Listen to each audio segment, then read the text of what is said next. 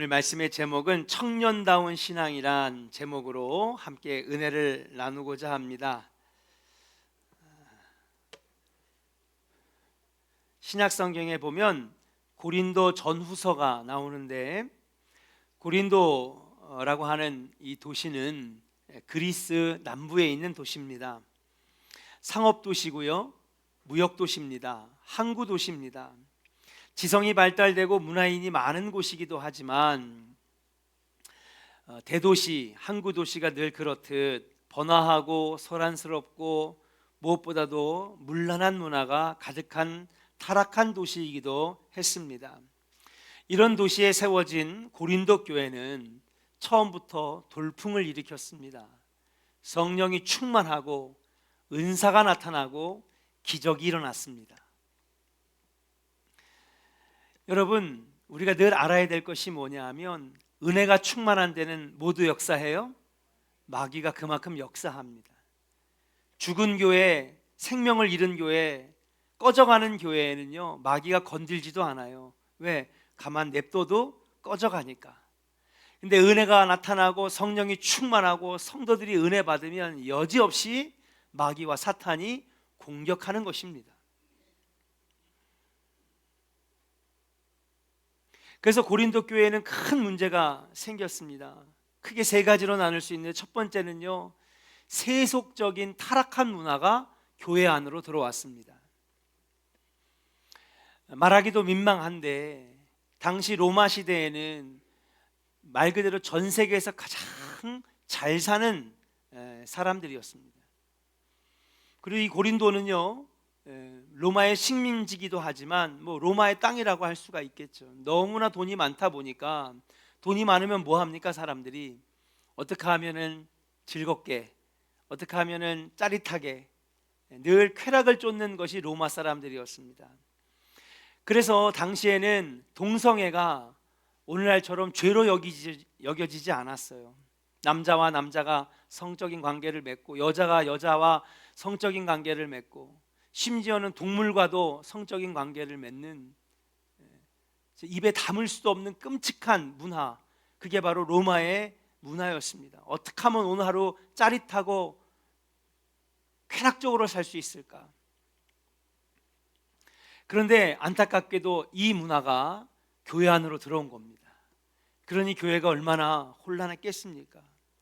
두 번째로 교회에 이단들이 들어왔습니다. 거짓 교사라고 하는데요, 이들이 들어와 교회를 혼란하게 합니다. 부활이 어디 있느냐? 또 영지주의자들이 들어와서 영혼만 구원받으면 육체는 상관이 없다. 어차피 땅에 묻혀서 썩어질 몸뚱아리니까 몸은 상관이 없다. 영혼만 구원받으면 되니까 몸은 함부로 굴려도 된다. 그러니까 동성애가 들어오는 거예요. 그러니까 이단 사상이 들어오니까 세상에 타락한 문화가 들어와서 막 방탕하고 취하고 더럽고 이런 일들이 교회에서 팽배해진 겁니다. 세 번째, 이러한 혼란 속에서 교회가 급기야 네 갈래로 파가 나눠져서 싸움질을 하기 시작합니다. 그래서 나는 개바파다, 베드로파다, 그리스도파다, 바울파다, 아볼로파다, 당파가 나눠져 가지고 서로가 물어뜯고 싸우고 누가 옳으냐, 이런 상황에까지 이르게 되었죠.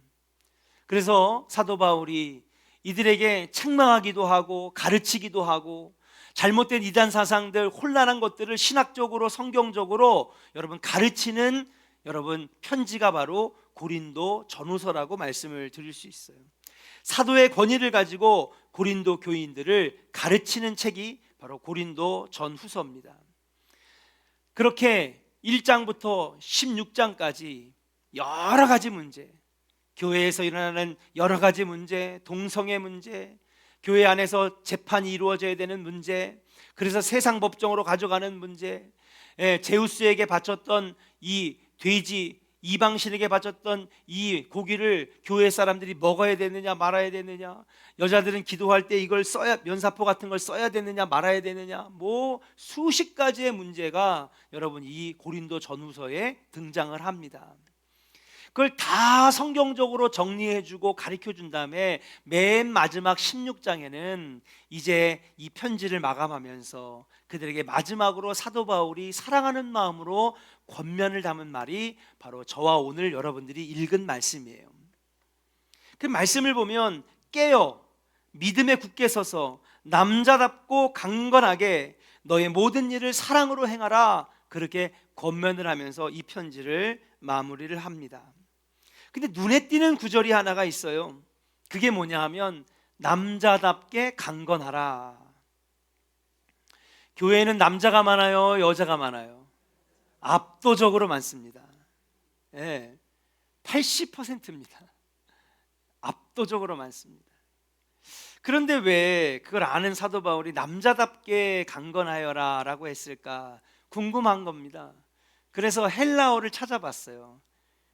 여러분들도 이미 이런 류의 설교를 많이 들으셨기 때문에 사실은 한국어로 번역할 때는 한국어 성경을 번역한 게 아니라 몇 개의 언어를 거쳐서 결국 우리가 읽는 이 성경은 한문 성경, 중국어 성경을 한글로 번역하다 보니 남자답게라고 하는 단어가 들어간 겁니다.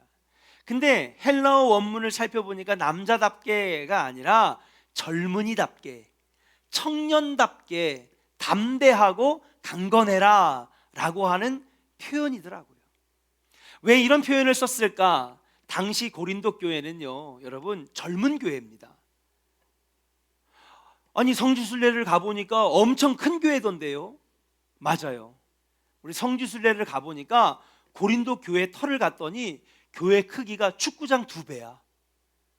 교회 정문이요, 여러분, 교회 본당이 있던 자리에서 교회 정문 입구를 바라보니까 까마득하게 저쪽에 있는 거예요. 한참을 올라와야지 여러분 언덕 중반에 교회 본당이 나오는데, 본당도 딱 다 이제 뭐 무너지고 이제 뭐 2000년 동안 헐었겠죠. 이끼가 끼고 구루터기만 남았는데도 보니까 여러분 이 교회의 크기가 엄청나게 큰 거예요. 거기다가 성서학자들이 추정하기에는 약 2만 5천 명에서 3만 명의 교인이 있었다는 겁니다. 아니, 그런 교회가 무슨 신생교회야? 맞아요, 신생교회고 젊은 교회입니다. 왜냐하면요, 이 교회는 세워질 때부터 성령이 충만했어요. 여기저기에서 막 기적이 나타납니다. 여러분, 그러니까 사람들이 올까요, 안 올까요? 몰려드는 겁니다. 막 은혜가 되고요, 기도가 막 뜨겁고요, 성령이 역사하니까 교회가 점점 커지게 된 거예요. 그런데 여기에 세속 문화가 들어오죠. 당파가 서로 싸우고 물고 뜯고 죽이지 못해서 안달이 났습니다. 이단이 들어와서 판을 치니까 여러분 그 문제를 지적해 주면서 마지막에 권면한 사도 바울의 권면이 뭐냐 하면 너희는 젊은 교회 아니냐, 그러니 젊은 교회처럼 젊은이답게 청년 교회가 아니냐, 이제 새롭게 시작하는 젊은 교회 아니냐, 그러니까 젊은이답게 청년답게 강건해라 라고 하는 권면을 넣었다라고 볼 수가 있는 것입니다. 연약함이 아닌 강하고 담대한 모습으로 믿음에 굳게 서기를 사도 바울은 고린도 교회를 향하여 권면하고 있다라고 하는 것입니다. 이제 막 부흥하는 교회인데 교인들이 힘없이 축 처져 있으면 여러분 되겠습니까? 교회는요, 저희 교회도 45년이 됐지만 45년이 되든 80년이 되든 100년이 되든 교회는 늘 젊은 교회가 되어야 될 줄로 믿습니다. 힘없이 축 처지고요, 고개는 내려가가지고 아멘도 없고. 오늘 그래서 일부는 저한테 혼났어요. 왜 혼났게요? 할렐루야. 요즘엔 2부가 압도적으로 잘해. 할렐루야. 교회에 오면은요, 여러분 참 활기차야죠. 으쌰으쌰 해야죠. 아멘입니까? 아멘 소리가 커가지고요, 여러분 아멘 많이 하잖아요. 은혜 많이 받아요. 아멘이 뭔지 아십니까? 그 말씀 내 말씀입니다. 그 말씀 내게 주옵소서. 그 말씀 이루어질 줄로 믿습니다. 이게 아멘이에요. 교회에 들어가 보면 딱 아는 거예요. 이 교회가 역사는 10년 됐는데 늙은 교회인지, 100년이 돼도 아멘 막 기도 소리가 뜨겁고 성령이 충만하면 아, 이 교회는 젊은 교회구나. 숫자가 중요한 게 아니에요. 교회의 연수가 중요한 게 아니에요. 우리 조원교회가 젊은 교회 되기를 주의 이름으로 간절히 축원합니다. 어깨 펴세요. 눈에는 빛이 나고요, 은혜를 사모하는 마음으로 아멘, 아멘, 아멘. 청년들 모이는 예배 가보면요, 왁자지껄해요. 정상이에요, 비정상이에요? 정상이에요. 젊은 애들 시끄러운 거 절대 막지 마세요. 애들 막 뛰어다니고 소리 질러도 제가 뭐라 하는 적 봤어요, 못 봤어요? 대답을 안 해. 제가 뭐라 그랬어요? 안 하잖아요. 애기 엄마들 나 억울하네. 에? 애들은 시끄러워야 정상이에요, 하고 있어야 정상이에요? 그렇죠. 남자는 남자다울 때 멋이 있는 겁니다. 여자는 여자다울 때 아름다워 보이는 겁니다. 목사는 목사다울 때에 그 말씀이 은혜롭게 들리는 겁니다. 선생님들은 선생님다울 때에 존경심이 생기고 선생님의 말씀을 듣고 싶어지는 겁니다. 교회는 교회다워야 되는데, 교회는요, 아멘이 뜨겁고 기도가 뜨겁고 설교가 뜨겁고, 그것이 교회다운 교회, 은혜 넘치는 교회인 줄로 믿습니다. 사도 바울도 고린도 교회가 이제 혼란과 정쟁을 좀 멈추고 서로 삿대질하면서 싸우는 걸 좀 멈추고 정신 차려서, 야, 너희 젊은 교회 아니냐, 너희 이제 막 새롭게 시작하는 청년 교회 아니냐, 그러면 청년답게 젊은이답게 그렇게 일어서야 되는 걸 아니냐. 사랑하는 조원의 성도 여러분, 우리 조원교회가 교회다운 교회 되기를 주의 이름으로 간절히 축원합니다. 어떤 교회? 젊은이다운 교회, 청년다운 신앙. 특별히 청년주의를 맞이하면서 우리 조원교회 성도들 한 명 한 명이 청년다운 신앙의 주인공 되기를 주의 이름으로 간절히 축원합니다. 자, 그렇다면 청년다운 신앙이란 과연 무엇일까? 하나님 기뻐하시는 교회의 모습, 성도의 모습은 청년다운 신앙.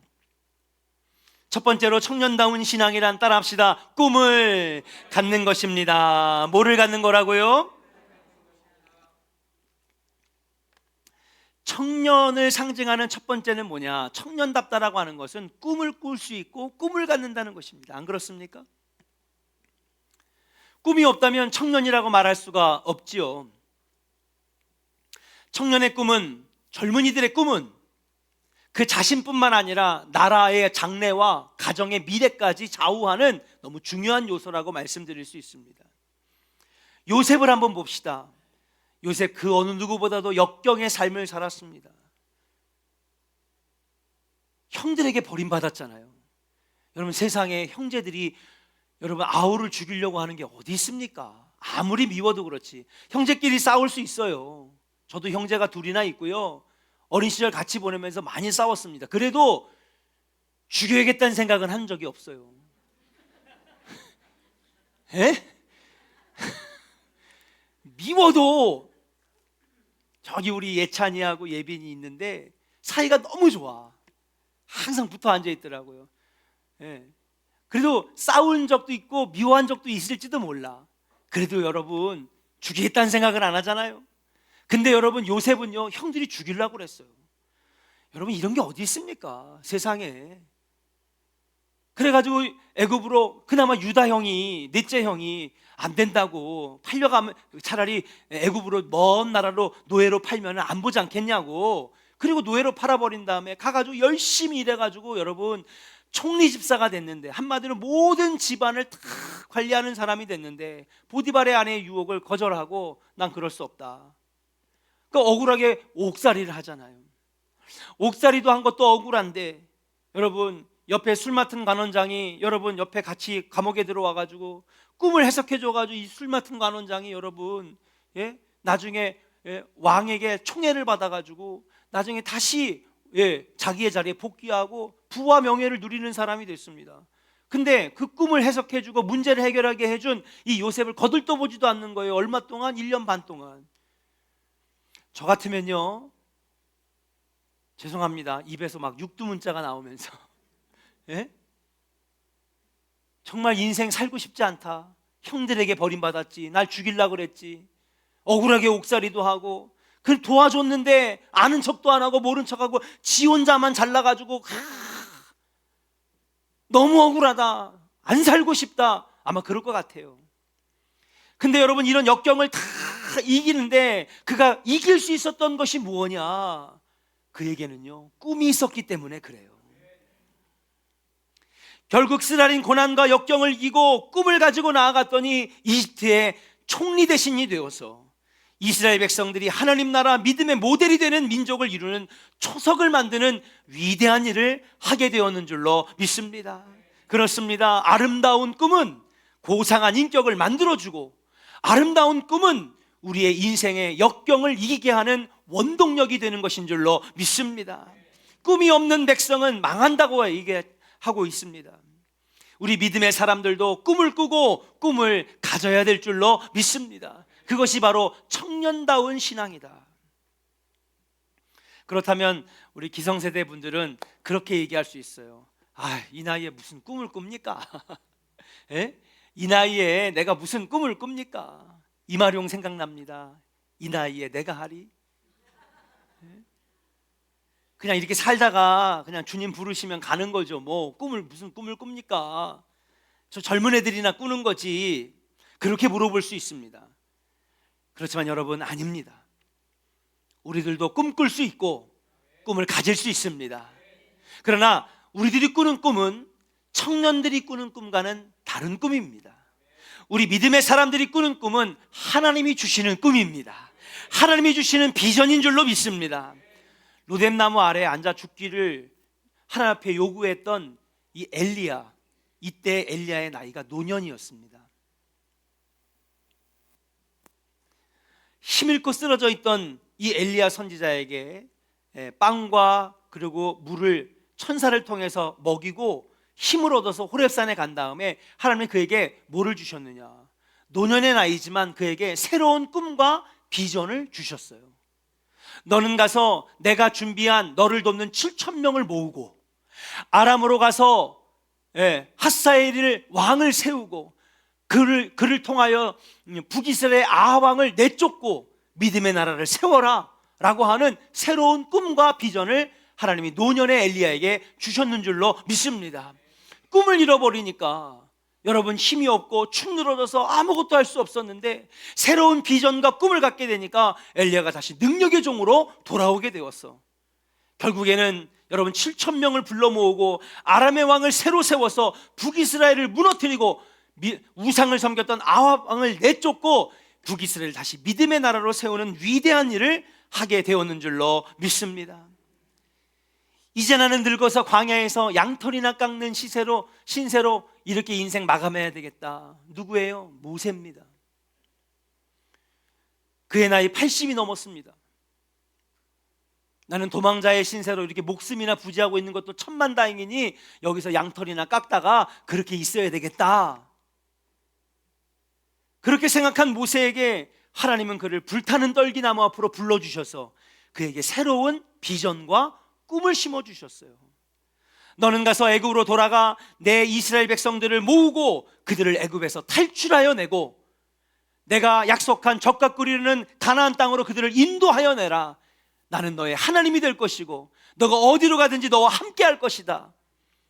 그에게 능력의 지팡이를 탁 쥐어주면서 새로운 꿈과 비전을 부어주시니까 80이 넘은 노년에도 모세는 애굽으로 들어가 이스라엘 백성들을 모으고 그들을 끌고 나와 40년 동안 광야에서 이끌어 가나안 땅 들어가게끔 만드는 위대한 일, 결국에는 이스라엘 민족을 새로 세우고 온 백성들에게 믿음의 모델이 되는 나라를 만드는 위대한 사명을 감당하게 하셨는 줄로 믿습니다.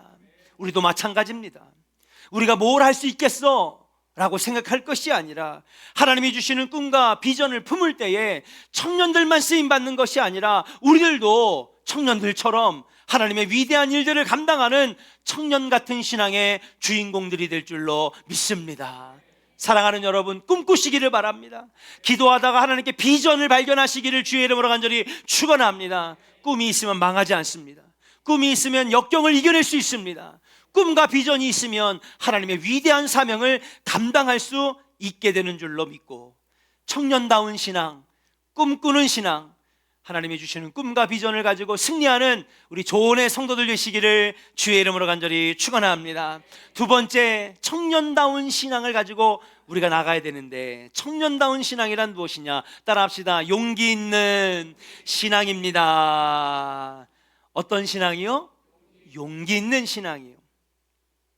청년의 상징이라고 하면 용기와 담대함과 끝없는 도전 정신이 상징이라고 할 수가 있어요. 사실 우리 기성세대들은요, 많은 것들을 이루놓고 갖춰놨습니다. 여기 청년들 기분 나빠하지 마세요. 얘네들은 뭐 이루는 게 하나도 없어. 맞아요, 틀려요? 20대 후반쯤 되면은 직업 하나 어떻게 이제 직업 하나 그냥 가진 것 뿐이야. 제가 이 얘기를 했더니 일부의 청년들이 기분 나빠하더라고요.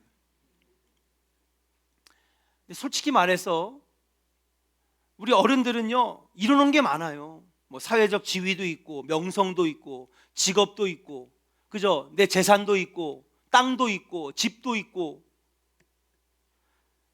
내 이름으로 된 집이 없으면 내 이름으로 된 전세 증서라도 하나 있을 거 아니에요. 그렇잖아요. 청년들과는 반대로 기성세대들은요, 사실 많은 걸 가지고 있어요. 일어났습니다. 사실 그렇잖아요. 반대로 청년들은 기성세대에 비해 사회적으로 아직 많은 것을 이루지 못했어요. 가지고 있는 게 거의 없습니다. 계속해서 공부하고 있고요, 직장의 문을 두드리고 있고요. 그럼에도 불구하고 우리 기성세대들은요, 청년들이 부러워요. 이재화 권사님, 청년들 부러워요, 안 부러워요? 부럽죠? 아니, 그렇게 많이 일어났는데. 그렇잖아요. 네? 자식들 키워놨고, 그렇죠? 가정을 이뤘고, 원장님이시고, 네? 여기 계신 분들 사회적 지위가 있잖아요. 김정은 장로님 안 그래요? 네. 아니, 저분이 왜 부러워? 교장으로 명예롭게 은퇴하시고, 그렇잖아요. 시험한 장로님, 이상현 장로님 많으면 많은지, 안 그래요? 근데도 우리는요, 청년들이 부러워요. 아무것도 없는 쟤네들이. 왜 부러울까요? 네? 다양한 대답들이 나와서 왜 부러울까? 한 가지 있습니다. 저들에게는요, 담대함이 있고요, 용기가 있고요, 끊임없이 도전할 수 있는 용기가 있다라고 하는 사실이에요. 실패하면 또 하면 되지. 응? 또 도전하면 되지. 근데 우리 기성세대는 그게 두려워요. 그렇지 않습니까? 응? 내가 이루는 게 무너질까 봐, 내가 갖춰놓은 걸 뺏길까 봐, 잃어버릴까 봐 우리는 사실은 담대함과 용기와 도전 정신을 점점 잃어가는 것이 우리의 모습입니다. 청년들 아무것도 없어요. 이제 공부를 마쳐서 사회에 막 나가려고 기지개를 펴는데 아무것도 없어요. 근데도 불구하고 많은 걸 갖춰놓은 우리들은 청년들이 부럽기만 해요. 왜 그럴까? 저들에게는요, 여러분, 도전하는 정신, 담대함, 용기, 이런 것들이 있다라고 하는 사실이에요. 이렇게 담대함과 용기와 끊임없는 도전 정신은 우리가 살아가는 인생에 있어서 없어서는 안 될 승리의 무기요, 성공의 비결이요, 생활의 큰 자산이라고 하는 것을 우리가 알기 때문에 우리가 부러워하는 것이 아니겠는가. 어떤 사람이 이런 말을 합니다. 우리가 실패와 난관과 어려움이 문제가 아니다. 사실은 그것을 깨치고 나아가는 용기 없음이 문제다. 모든 실패의 원인은 돈이 없어서가 아니다, 시간이 없어서가 아니다, 지혜가 없어서가 아니다, 기회가 없어서가 아니다. 도전하는 용기가 없기 때문에 그것이 우리 인생의 문제다. 그렇게 말하는 사람이 있었습니다.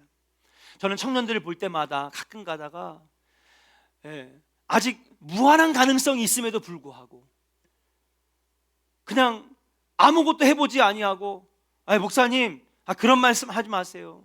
우리 청년들은 태어날 때부터 이미 운명이 정해졌어요. 그래서 어떤 청년들은 돈이 없어서 못합니다, 기회가 없어서 못합니다, 부모를 잘못 만나서 그렇습니다, 가정이 어려워서 그렇습니다. 자꾸 그렇게 탓을 하는 거예요. 그렇지 않습니다. 여러분, 우리 청년들은요, 실패하면 또 하면 되고, 넘어지면 또 일어서 또 하면 되는, 여러분, 담대함과 용기와 도전 정신이 있다라고 하는 것을 우리 청년들이 깨달아야 된다라고 하는 사실이에요. 이 인생의 큰 힘이 되고 연동력이 되는 용기와 담대함을 사랑하는 여러분, 그러면 청년들만 갖는 것이냐? 목사님, 그러면 우리는 그렇게 움츠러들어서 가만히 있어야 됩니까? 아니라는 사실이에요. 우리 기성세대도, 우리 믿음의 사람들도 이 용기와 담대함과 끊임없는 도전 정신을 가질 수 있다라고 하는 사실이에요. 그럼 어떻게 가질 수 있을까? 그것은 바로 하나님을 믿는 믿음 안에서 용기도 생기고 담대함도 생기고 도전 정신도 생겨나는 줄로 믿습니다. 그냥 지금 내 나이를 생각하면, 지금 내 처지를 생각하면, 지금 나의 사회적 위치를 생각하면 못해요. 무서워서 못하는 겁니다. 새로운 걸 어떻게 시도해? 내가 어떻게 용기를 낼 수가 있어? 그냥 이렇게 잔잔바리로 가는 거지. 근데 그렇지 않아요. 하나님을 믿는 믿음 안에 살면 하나님이 용기도 주시고 담대함도 주시고 끊임없이 문을 두드리는 도전 정신도 주시는 줄로 믿습니다. 자, 우리 다윗을 한번 생각해 볼게요.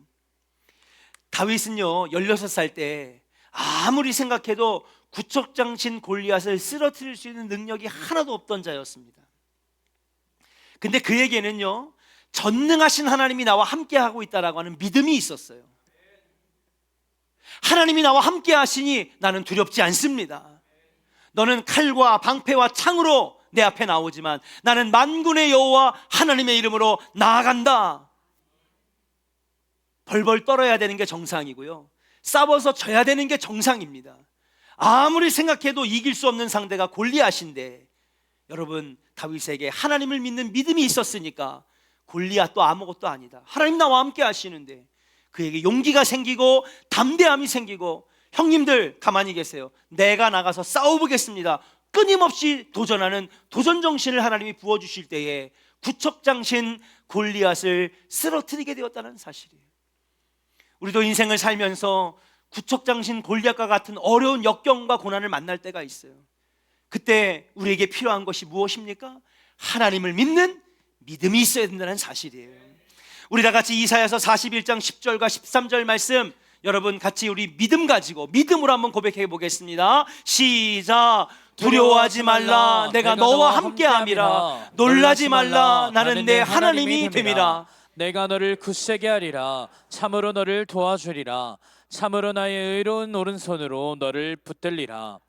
보라, 내게 노하던 자들이 수치와 욕을 당할 것이요, 너와 다투는 자들이 아무것도 아닌 것 같이 될 것이며 멸망할 것이라. 내가 찾아도 너와 싸우던 자들을 만나지 못할 것이요, 너를 치는 자들은 아무것도 아닌 것 같고 허무한 것 같이 되리니, 이는 나 여호와 너의 하나님이 내 오른손을 붙들고 내게 이르기를 두려워하지 말라, 내가 너를 도우리라 할 것임이니라. 아멘, 할렐루야. 하나님을 믿는 믿음 안에 있으니까 이사야는 이런 고백을 할 수 있는 거예요. 두려워하지 말라, 내가 너와 함께함이라. 놀라지 말라, 나는 너의 하나님이 됨이니라. 내가 너를 도와줄 것이다. 이 하나님의 말씀을 믿고 나아가니까 여러분, 이사야는 담대하게 복음을 선포할 수 있게 되었다는 사실이에요. 사랑하는 여러분, 이 하나님의 말씀, 이 약속을 믿는 여러분들 되시기를 주의 이름으로 간절히 축원합니다.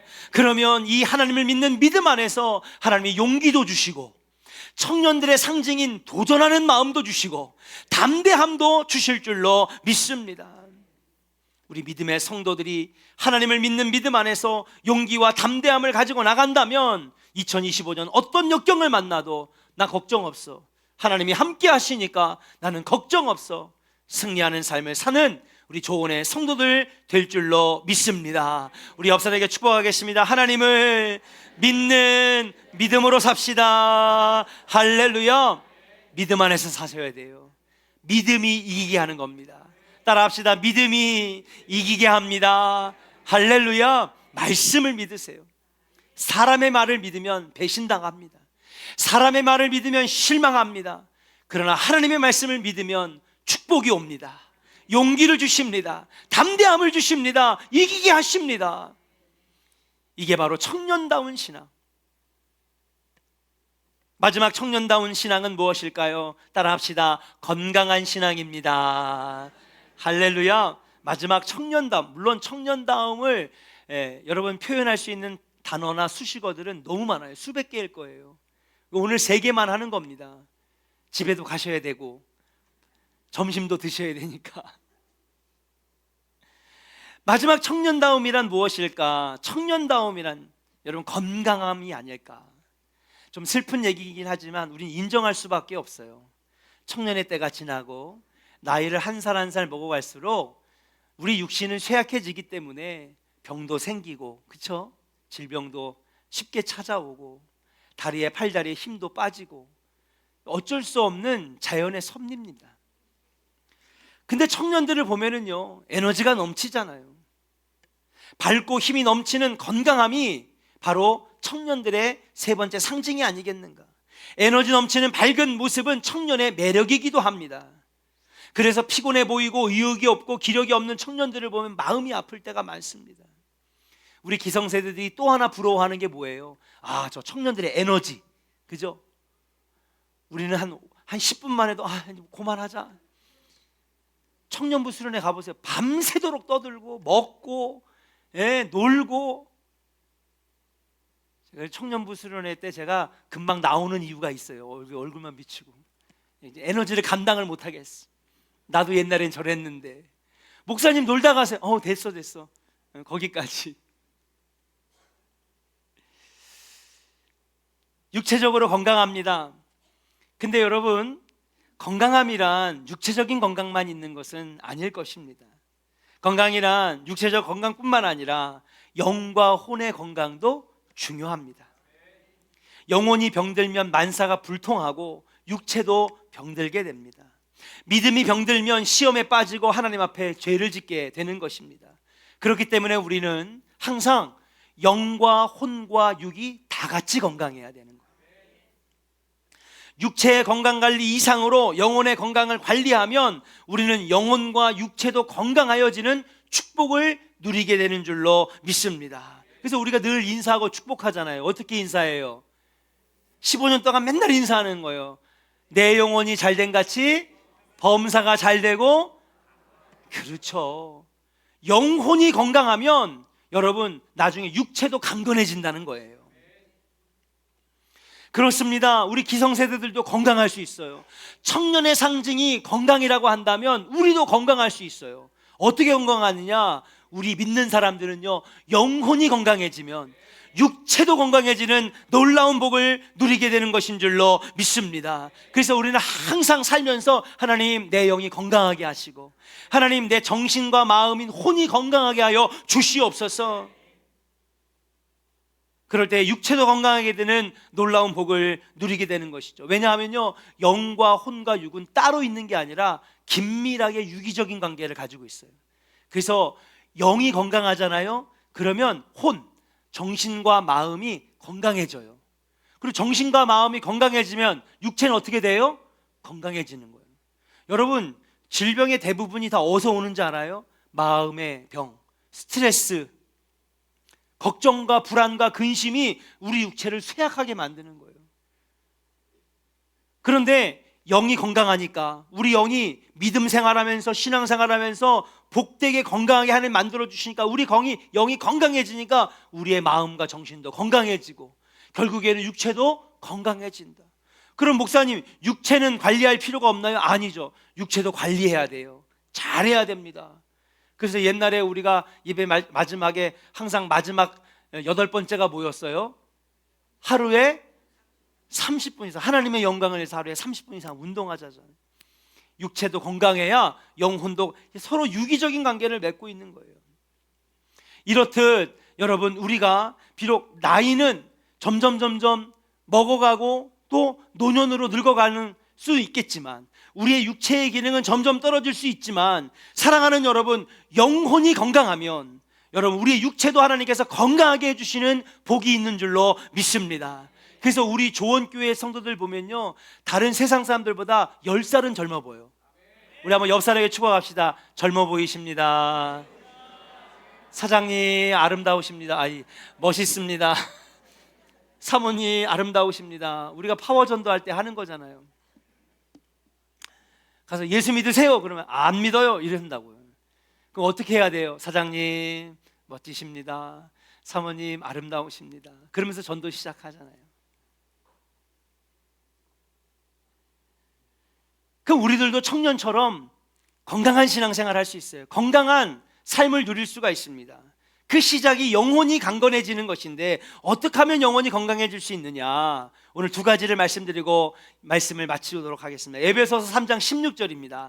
우리 같이 말씀을 읽고 한번 같이 읽겠습니다. 시작. 그의 영광의 풍성함을 따라 그의 성령으로 말미암아 너희 속사람을 능력으로 강건하게 하시오며. 아멘. 영혼이 잘 되면 범사가 잘 되고 육체도 강건해진대요. 그러면 영혼이 뭐냐? 저기서 성경에 보니까 속사람이 영혼을 말하는 거예요. 겉사람은 뭐를 말하는 거예요? 육체를 말하는 것이고 속사람은 영혼을 말하는 거예요. 근데 이 너희 속사람이 뭐로 말미암아 강건해진대요? 성령으로 말미암아. 사랑하는 여러분, 성령 받으시기를 주의 이름으로 간절히 축원합니다. 성령 충만한 삶을 살아야 돼요.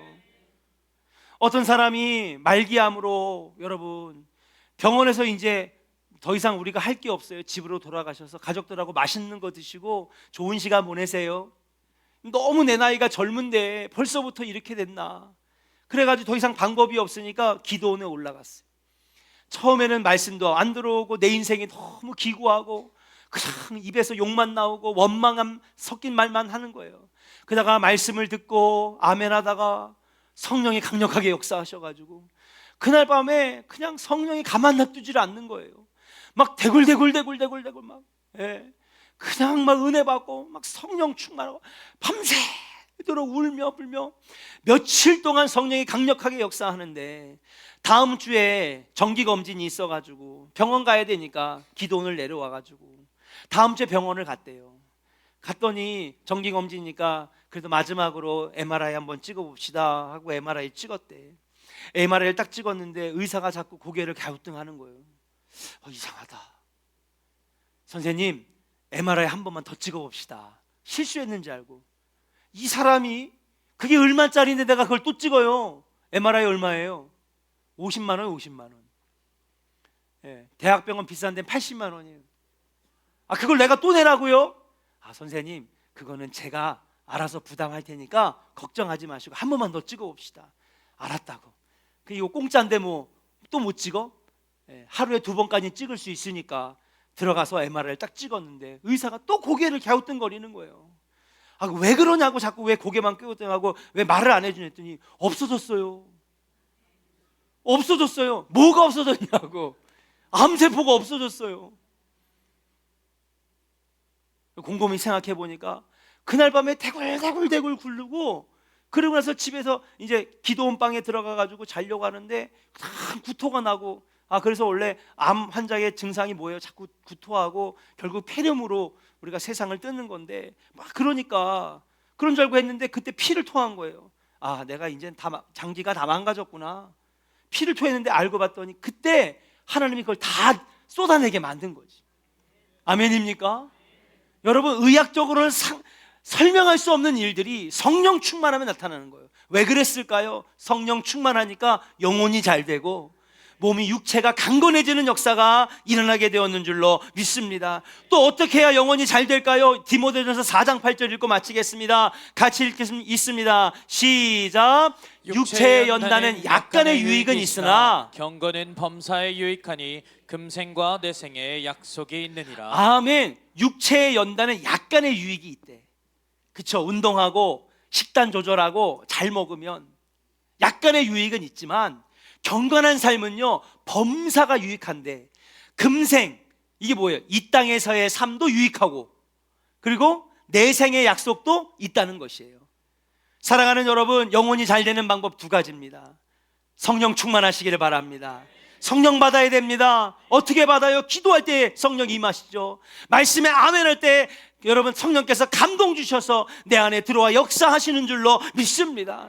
말씀을 들었다면 경건한 삶을 사세요. 말씀의 삶을 사세요. 내 영혼이 잘 될 줄로 믿습니다. 그러면 청년만 건강한 게 아니라 우리도 건강한 삶을 살 수가 있는 것이에요. 사랑하는 여러분, 청년다운 신앙, 청년들만 청년다운 신앙이 아니라 우리들도 청년다운 신앙으로 살 수 있습니다. 하나님이 주시는 꿈과 비전을 여러분 가지고 살면 위대한 일을 감당할 수 있고요. 여러분 성령 충만한 삶, 건강한 삶을 살면은요, 여러분 우리가 정말로 건강한 신앙생활을 할 수 있게 되는 것인 줄로 믿고, 하나님 오늘 나에게 청년다운 신앙, 믿음 위에 믿음을 더하여 주시옵소서. 그래서 여러분 영혼이 잘 되어서 여러분 하나님께 쓰임받고 청년처럼 여러분 힘있게 하나님께 쓰임받는 우리 조원의 모든 성도들 되시기를 주의 이름으로 간절히 축원합니다. 우리 이 시간에